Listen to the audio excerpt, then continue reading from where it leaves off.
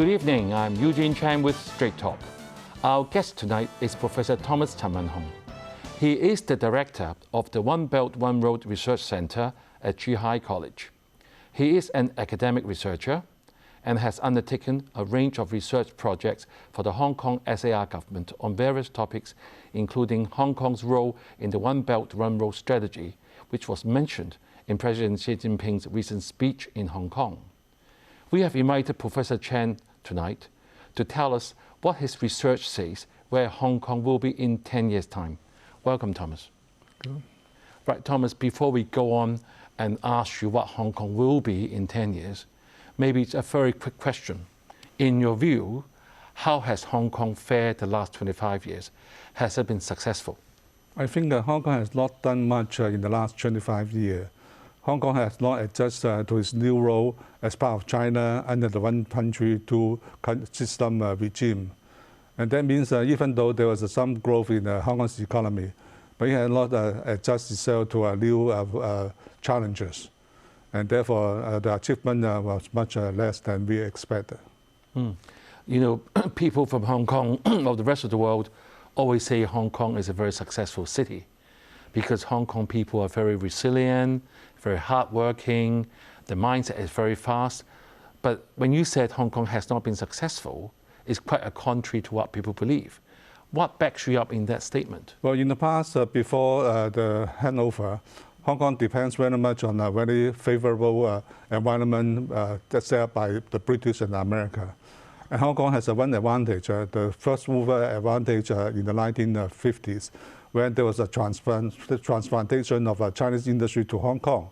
So at that time, Hong Kong is competing with Japan. But in the process, you can see that Hong Kong could not compete with Japan, and it started to compete with Korea, Taiwan. And recently, I think Hong Kong is also lagging behind them. And that means Hong Kong still has some growth, but the growth is not impressive compared with the neighboring economies. But if you look at International Financial Center, we have maintained number 3 in the world. That must be an achievement. It depends very much on the growth of China. In Hong Kong, we have the International Financial Center. But the money used in this financial center has come mainly from China, not so much from international. So it's because of the growth of China that Hong Kong can become a major financial center in the world. Without China factor, Hong Kong may not be have such a kind of position. Right. Just now, you mentioned Hong Kong hasn't adopted the role very well when under the one country, two system. Why do you say that? Well, Hong Kong has not integrated effectively with the economy of China. This doesn't mean that Hong Kong will be taken over by China mainland. But Hong Kong had to adjust its competitive advantage with areas next to it, like the Shenzhen, Guangzhou, so that we can have some sort of synergy to achieve better results for both Hong Kong and the Pearl River Delta region. You know, Hong Kong has always, as I said earlier, Hong Kong people always feel that we're doing well. Maybe, do you think, is this the complacency of Hong Kong people thinking that we're doing very well? Do you think this is the major factor why we haven't progressed as much as we should have been? That's one factor. The other factor is that Hong Kong is not aware of the development around it. For example, Singapore used to be very much behind Hong Kong. Because it's a smaller economy, but now it's both, in terms both of GDP and per capita GDP, it has overtaken Hong Kong already. So compared with Singapore, we are not doing very well. And we are not sure about the success of Singapore, because we are not looking at Singapore squarely. Since you mentioned Singapore, in the last few shows, we often talk about Singapore. I mean, it is our neighboring city that we have a lot of friends and relatives who live in Singapore. We have been on good terms, but seems like we are losing a lot of talent recently, especially in the financial sector, to Singapore. Do you think that trend will continue, since you mentioned Singapore? There's two factors that build up the economic growth of Singapore. One is that they use the China factor very well. It expands its population by inviting talents of mainland China. And also they have invested very much in the study and building up a relationship with mainland China. The second is very much within the American system. So with both advantage from mainland China and from America, it has a good foundation for further growth. But as for Hong Kong, we have the China factor is much more important than the Singapore. But we are facing the hostility of the G7 led by America. Right. Since you mentioned Hong Kong we are right at the doorstep of a motherland. Surely, geographically, we have an absolute advantage, and there are a lot of I still remember a lot of the Hong Kong businesses do have branches in the mainland, and vice versa for mainland businesses to and people move to Hong Kong and make Hong Kong an even more vibrant place in shopping and use our professional services. Has that attributed to the success of Hong Kong, although you say that we could have done better? Have we had some improvement? Well, this has contributed to the growth of Hong Kong in the past decades, but it's a very limited effect on the future development of Hong Kong, because what we have gained is just the money, the surplus from the industrial processing trade, and also there was some money diverted from mainland to Hong Kong. Some of them are rather illegal in nature. And all this cannot help Hong Kong to build up its science and technology basis. And even for the revenues we get from industrial processing in the mainland, most of the money have devoted to speculation in the financial market or in the real estate market. They have not contributed to the improving the advantage, competitive advantage of Hong Kong. So in the longer term perspective, this money are useful but not very good for upgrading Hong Kong amidst the competition with other countries, other economies. So thank you for bringing that honest perspective. This is what Straight Talk wants to hear. One interesting observation, I remember that a few years ago, people were talking about Hong Kong. History repeats itself. Like the city of Venice used to be a very vibrant commercial city, but things changed, and now it's just become a very touristy old town. Will the downturn of Hong Kong is inevitable, or it can still be changed, according to your view? In the case of Venice, it went down in history because it had lost the trade revenue from trading with China, the Silk Road trade. But in the case of Hong Kong, even in the future, we will still enjoy very much the benefit of the China factor. With China growing even faster than before, larger by size and also by its capability, Hong Kong should be able to benefit from it. But it depends very much on how Hong Kong grasps the opportunities. Right. So going back to the title of our show tonight, where do you see Hong Kong in 10 years? Just now you have mentioned Hong Kong hasn't integrated as well as it should be for the future development, but we still benefit because we are still right at the doorstep of our motherland. So where do you see us in 10 years' time? Hong Kong will have a slow growth in the coming year if there's no major change of its industrial and also economic structure. But given the growth of China and also the expansion of the Belt and Road Initiative, Hong Kong should be able to get the benefits of participating in the expansion of China's economy, both spatially and also structurally. But I'm not sure whether Hong Kong will take up the opportunity. It depends very much on the efforts of the Hong Kong people, whether they are willing and have the knowledge to engage in this kind of activities of restructuring and upgrading the Hong Kong's economy towards the greater world. What will be the main obstacle? You just mentioned it depends on Hong Kong people, but Hong Kong people, we are all individuals. What can we do? Does it have to be a government-led initiative so that we will engage with mainland's economy and getting Hong Kong to right on the fast train? I think in the past decade, Hong Kong has been too much content with its own achievement. It had not looked at the world's changes. And in the coming years, there will be hostility of the G7 led by America against China, mainland, and also against Hong Kong. So there will be a difficulty, say, in the coming years. But it depends very much on the efforts of the government. If we can mobilize our resources within Hong Kong and with the support of the central government, I think all this hardship could be overcome. Before we go to a break, I want to ask you, President Xi was here recently, and he reiterated Hong Kong must build on our connection with the rest of the world and our unique status. Are we doing that already? Of course, with COVID now, we can't do very much. Can you see Hong Kong still have a role to do what President Xi has, hopefully we can do for the whole nation? Hong Kong has been very much in contact with the G7, America, Britain, and all these European countries. But they will not be the center of the economic growth of the world in the future. So what Hong Kong needs, as President Xi advised, Hong Kong should engage in a relationship with other countries, the West of the West. That means the so-called the new G8. Oh, the G8, the new G8. What is the new G8 for the viewers' interest? China, Russia, India, Brazil, South Africa, and also there will be also Indonesia, Argentina, and maybe also Mexico. All right, maybe we will have a break, and we will be right back.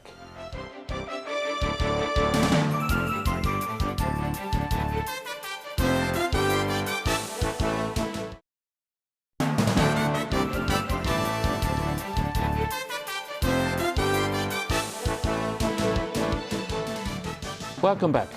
With us tonight is Professor Thomas Chan, and we have been talking about Hong Kong's fundamentals to success and what we must do if we want to still have a success story to tell in 10 years.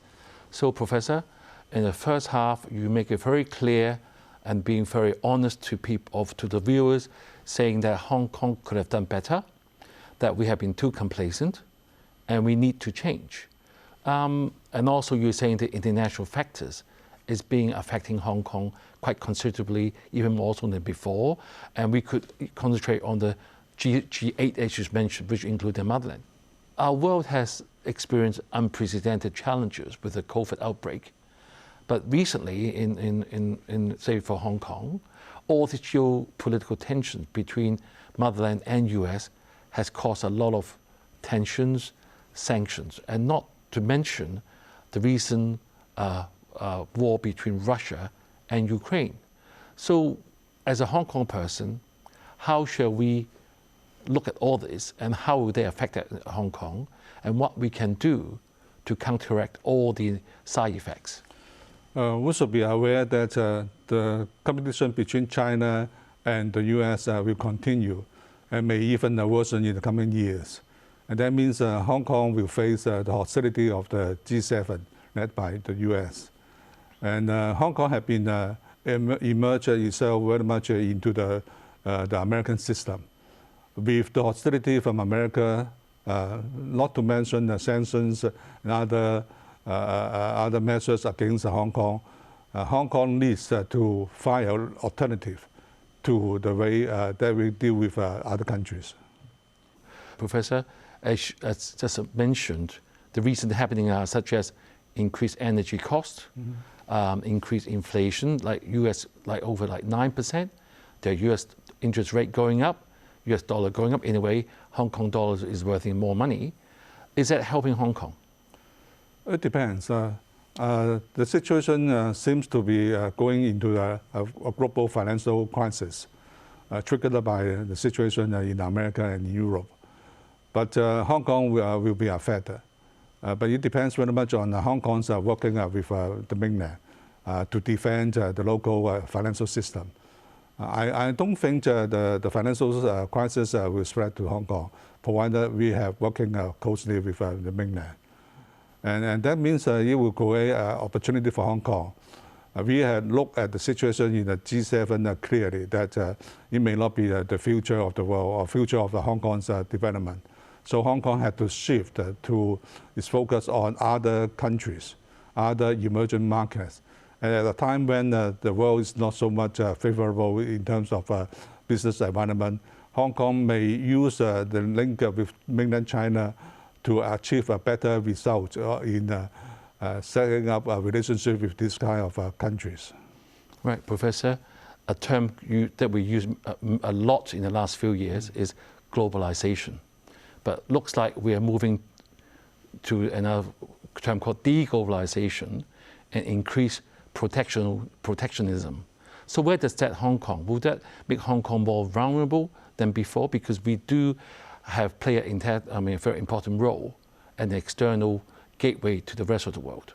How do you see that? I think we have to look clearly at the process of globalization now taking place in the world. There's a deglobalization, mostly started from the G7, especially America, whereas the rest of the countries in the world are still engaged in each other. There's still a process of globalization going on. And with China's Belt and Road initiative, you can see that globalization have moved faster in Central Asia, in West Asia, even in Africa, and as well as in South America. So you can see the world is divided in two parts. For the G7, the advanced countries, there's a deglobalization. And with the deglobalization, I think the isolation will hurt the economy and society very much. And the other part is the rest of the world. They are going on globalization and linking up each other to achieve a greater synergy. And so it makes Hong Kong facing a choice to work still with G7, to go down with them, or to work with the rest of the world, which is going up further. Right. Recently, Financial Secretary Paul Chan had said that he has been concluding trade agreements with more trading partners. Is that enough to help Hong Kong to start moving away, I won't say moving away, sort of a less reliance on the traditional economies that we work with? The trade agreement will be useful, but it depends very much on our own capability. If we have nothing to offer, then even we have a very favorable trade agreement, it will not help the economy in Hong Kong. So what Hong Kong needs is that we have to upgrade our economy. We have to re-industrialize. Not so much the labor-intensive industry, but all those R&D intensive industry, just like what has been done in a major advanced country. So we have to build up our research intensive industry. And secondly, we have to link up with other countries so that we can serve as a hub. Not only a gateway into China, but a hub of East Asia, Southeast Asia. Recently, I think the Chinese China-Europe Express train service had linked up Europe and also the other part of Asia. Hong Kong can engage in it and take advantage of the wide network built up by the Chinese mainland. Right. Professor, what you're saying is, apart from having one of our core strengths is being a major international financial center, we have to look at reindustrialization, such as the IT or the development. Is that why presidency has spent his limited stay in Hong Kong in the science park? Is that what the motherland sort of hopes Hong Kong will develop in the area? The financial center depends very much on the local economy and also the link with other parts of the world.